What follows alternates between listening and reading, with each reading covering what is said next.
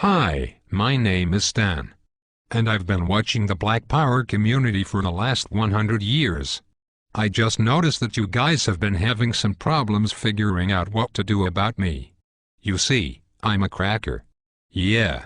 The white man. The guy that has been running the whole world for the last 2,000 years. Well, the reason that I stopped by to speak with you today is to help. I've been watching you guys fight over gaining real black power, and thought I would give you a few pointers. Since we white guys have been running things since we invaded Africa, I figured I would lay out a blueprint to help you achieve your objectives. Might as well use a plan that works, right? Besides, it beats the backward, no progress, mistake repeating methods you people have been trying for the last 400 years. So I knew all of you needed some help. Especially after Barack Obama got into office. He's a great guy, but a black man in a white man's house ain't really saying much considering all the hell you people have been through. Don't get me wrong. In many ways I know you were happy to get at least one black into office.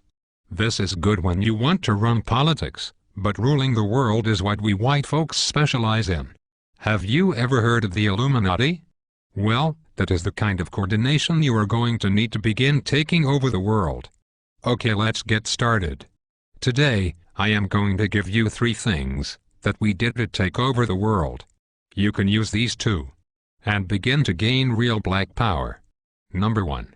The first step to taking over the world is unity. I know you have heard of this before, but black people seem to really struggle with this one. You just don't seem to get it. You would rather fight against each other, instead of your enemies. This is bad business and you will never get true freedom doing things this way. Instead, do what we did to gain power. We divided and conquered entire countries based on their differences, while holding true to our similarities. I am white. There is no changing that. My God-born tendency is to preserve my own. Nothing is racist about that. It is just common sense. You people are the stupid ones, going around trying to love everybody, but yourselves.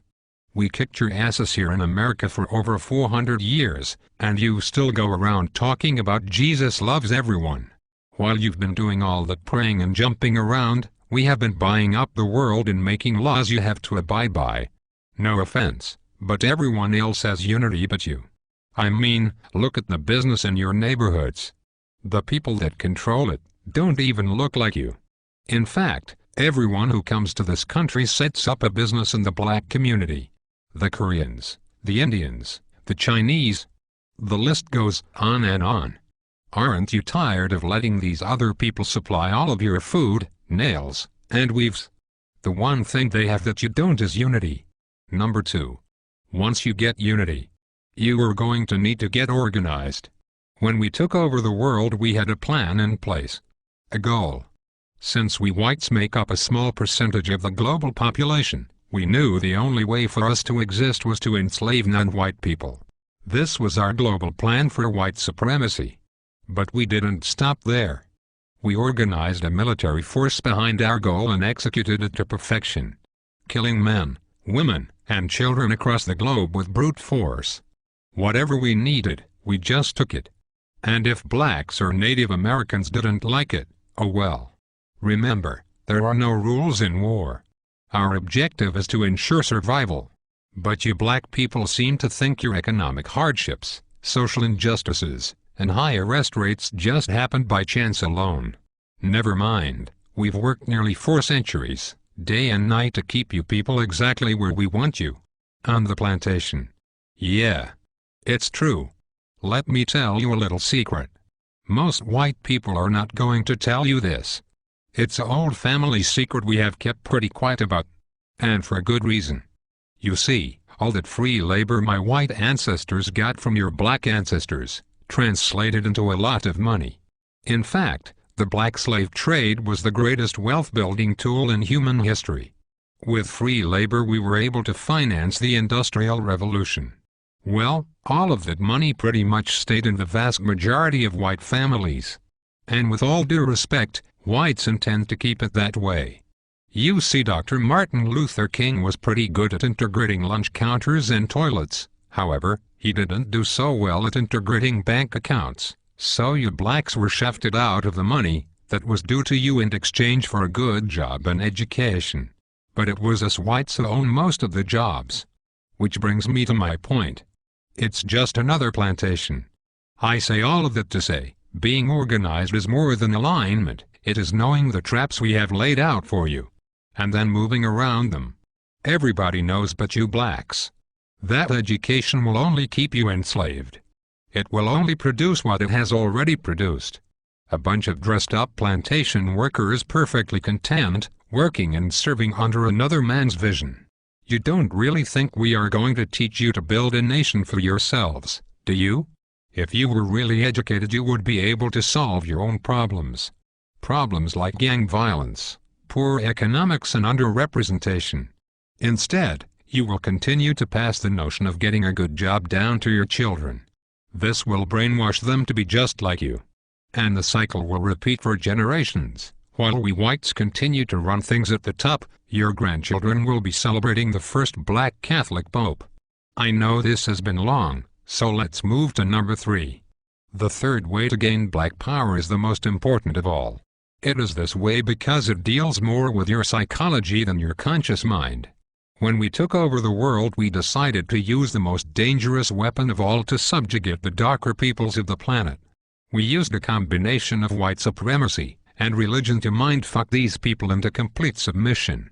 If a robber breaks into your house, rapes your family, kills your mother and father, then tells you that in order to go to heaven, you have to worship as God. If someone did that to me, then said that to be born again, I had to worship as God, I'd kill the bastard right on the spot. But you black people seem to have no problem worshipping the God of your enemies. Even worse is the fact that for all the praying that you have done, it seems like the God of the white man is just as racist as we are. Anytime you start believing in the God of your enemy, it pretty much means you're a complete idiot and a pussy, who is too far gone to confront his adversary. This is a deep sickness, because to believe the man who murdered your family is your friend is to believe that watermelons have gills. This kind of thinking lacks critical reasoning, a skill needed to defend territory and the minds of the youth. You even believe that Haiti, the only black nation that ever kicked the white man's ass, is cursed because many of them practice voodoo. You even go further and believe that it was God that hit Haiti with a 7.5 earthquake. You religious-minded blacks thought this about New Orleans too. Let me tell you the truth. We gave you this God because we knew by worshipping a white God you would subconsciously be worshipping us. That was a part of our plan, and it worked like a charm on the early slave plantations.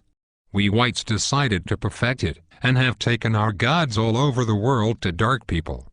You see, we know that if we can get you to put down your God, and pick up ours, you will lose your real power. This is really effective for controlling a people. Practically, by doing this, you will never fight against us because subconsciously you would be fighting God. I know that is a serious mindfuck. But that is why you cheer for a white Jesus to kill all the darkies down in Haiti and New Orleans, while kissing Pat Robertson's ass. Meanwhile, our harp machines can shake up more prime real estate for the oil companies. If you continue to follow the God of your enemies, you will never rule the world, because you will always have your allegiance with the white man, instead of your God, who's pissed off because you traded him in for a blonde-haired, blue-eyed hippie, whose name we took from the Greek god Zeus. So, let's recap. The top 3 things you need to do to rule the world, and to have black power is: Number 1, get some unity. Stop killing each other over nickel bags of weed and coke. You are basically helping to kill off your own army. Stop it and unite. Number 2, get organized. There is nothing worse than a bunch of rich rappers talking about gangsta and keeping it real, when all of them still work for rich white and Jewish men that pimp them for their talent. With Jay-Z, P. Diddy and Oprah, you black people should have your own distribution company by now, instead of relying on your white backers to put out your albums. This is because you are not organized. This goes for all you sports athletes too. You black sports guys are stupid. You're a grown man and you still have an owner. Stop being a slave and wake up. When you die, all you will have to pass on to your children is a championship ring. When I die, I will have at least 2 islands and a few manufacturing companies to extend my legacy.